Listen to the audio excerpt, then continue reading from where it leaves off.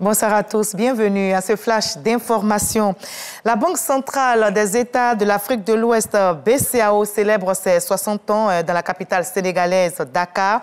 Une cérémonie marquée par un symposium ce 24 novembre sur les banques centrales dans un monde en mutation et ce, en vue de donner à l'institution les rudiments nécessaires pour faire face aux défis sanitaires, climatiques et sécuritaires. Le vice-président ivoirien Timoko Méliès Koné était aux côtés du Premier ministre Amadou Ba, représentant le chef de l'État sénégalais à cette cérémonie. La RTI, témoin des grands événements, vous donnera tous les détails dans l'édition de 20h ce soir. Le dispositif sécuritaire de la Marine nationale se renforce. La Côte d'Ivoire, notre pays, vient d'acquérir un nouveau patrouilleur de haute mer de type P400.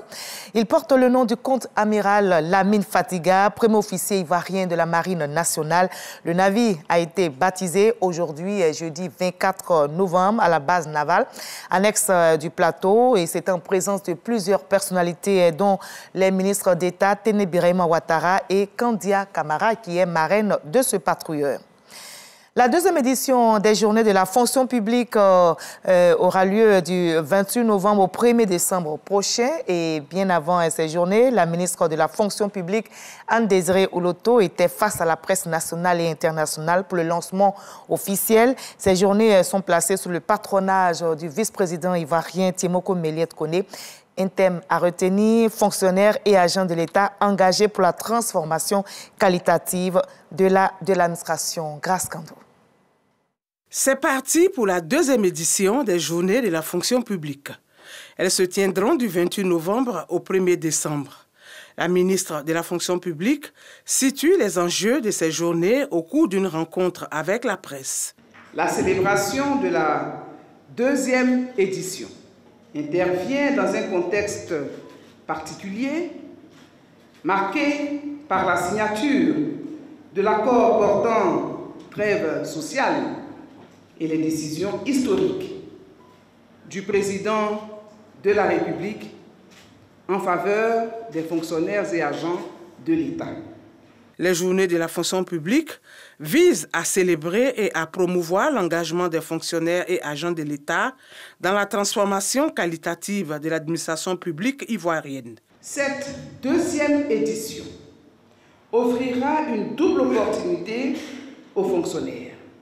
Rendre un vibrant hommage au président de la République, chef de l'administration, et affirmer clairement leur engagement dans la transformation qualitative de notre administration publique.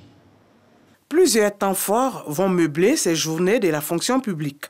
Entre autres, une conférence inaugurale qui sera prononcée par le Premier ministre autour du thème « Fonctionnaires et agents de l'État engagés pour la transformation qualitative de l'administration ». Également au menu, des panels et des ateliers cliniques et des cérémonies éclatées de décoration.